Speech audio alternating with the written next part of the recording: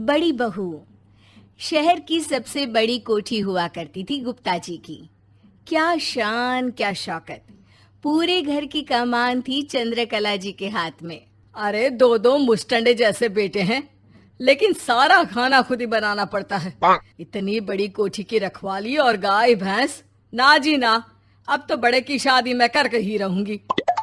माँ, मैं शादी के लिए तैयार हूँ, लेकिन वो हम लोगों के दुकान के पास जो लीला हलवाई की दुकान है ना, मैं उसकी लड़की लीली को प्यार करता हूँ और इसी से शादी करूंगा। वो लीली जो शहर से पढ़कर आई है, जीन्स पहनती है और बाल भी रंगवा कर रखे हैं। ना जी ना, मैं तो किसी भी हाल में ब्याह नहीं कराऊंगी तेरा उससे। तो मैं भी किसी और से शादी नहीं करूंगा। उसने भी अपने घर में बोल दिया है कि वो शादी मुझसे ही करेगी। अच्छा, बुला ला उसे कल। मुझे बहू से जो उम्मीद है वो मान गई तो कर लेना शादी। बेटा अगले दिन लिली को लेकर घर आता है। देखो, मेरी उम्र हो रही है, घर का काम काज अब मुझसे नहीं होता। घर में 3 मर्द और काम करने वाली मैं अकेली। बहू आएगी तो थोड़ा काम वो करेगी, थोड़ा मैं संभालूंगी। तो क्या क्या कर लेती हो तुम? देखिए आंटी जी, साफ बता देती हूँ, किचन का कुछ नहीं आता। घर में हलवाई लगे हैं तो दुकान का काम करते हैं, साथ ही घर का खाना भी बना देते हैं। अरे कोई बात नहीं, माँ सिखा देगी तुम्हें। कैसी बात कर रहे हो? सीखना ही होता तो ये जो बड़े बड़े हलवाई लगे हैं उन लोगों से ना सीख लेती। ये घर की घरेलू महिला क्या सिखाएगी मुझे? खैर, मैं ये साफ साफ बोल रही हूँ कि खाना मैं बनाऊंगी, ये तो कभी सोचना भी मत। माँ बेटी की तरफ देखती है। अच्छा लगा लीली तुमसे मिलकर। जा बेटा, छोड़ा इसे।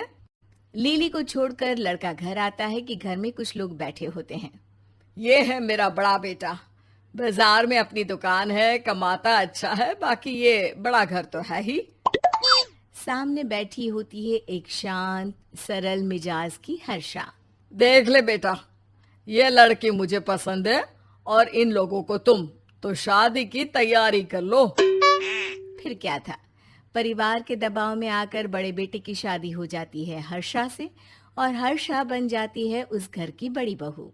शादी के बाद देखो हर्षा, ये माँ भी जानती है और आज तुम भी जान लो, मैं किसी और से प्यार करता हूँ और उसी के साथ खुश हूँ, चाहे मेरी शादी उससे हो या ना हो। कैसी बात कर रहे हैं आप जी?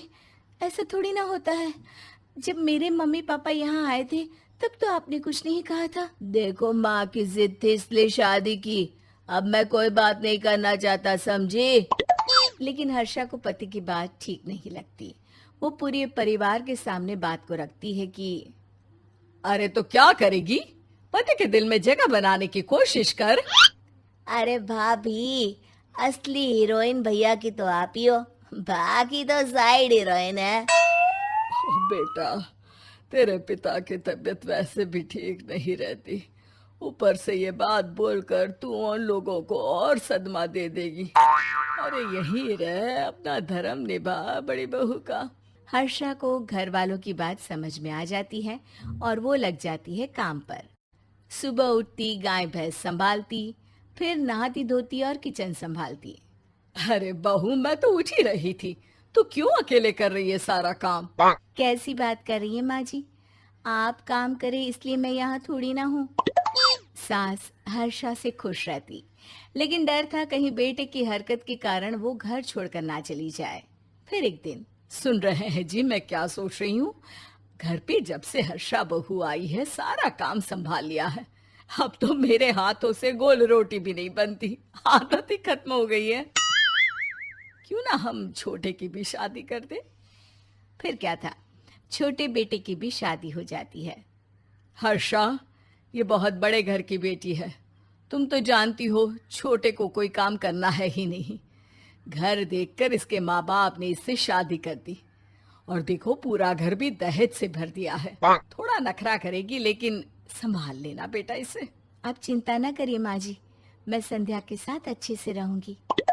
तभी नई बहू की आवाज आती है। अरे दीदी, चाय दे दो। इस घर में तो नौकर भी नहीं है। हर्षा चाय लेकर संध्या के कमरे में जाती है। बैठिए ना दीदी, कैसी हैं आप? मुझसे तो काम ही नहीं होता, लेकिन आपके साथ कोशिश जरूर करूंगी। अरे किसने कहा काम करने के लिए? मैं हूं ना। तुम्हारी नई नई शादी हुई है, खूब एंजॉय करो, फिर तो काम ही करना है ना जीवन भर। दीदी ये तो सबका हक है, लेकिन आपको बुरा नहीं लगता? आप इतना काम करती हैं, बदले में आपको कुछ नहीं मिलता। अरे क्या चाहिए, बड़ी बहू हूँ तो जिम्मेदारी सभी की ही है। घर परिवार समाज रिश्तेदार, किसी की क्या जरूरत है? संध्या कुछ नहीं बोलती।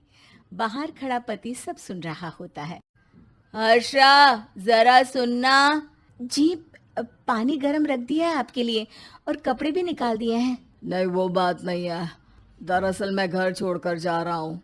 लिली और मैं अब शहर से बाहर फ्लैट लेकर रहेंगे, लेकिन तुम चिंता मत करना, तुम्हें किसी भी चीज की कमी नहीं होने दूंगा।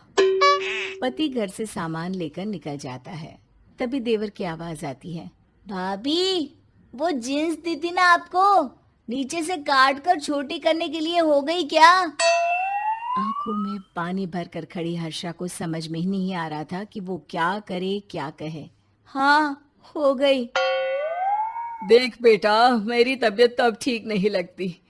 लगता है अब ज्यादा दिन नहीं जिंदा रहूंगी, लेकिन मेरे जाने के बाद वादा करके ये घर छोड़ कर रखेगी। माँ जी, ये घर छोड़कर चले गए हैं। मैं चिंता न कर, जिस पैर से गया है उसी पैर से वापस भी आ जाएगा।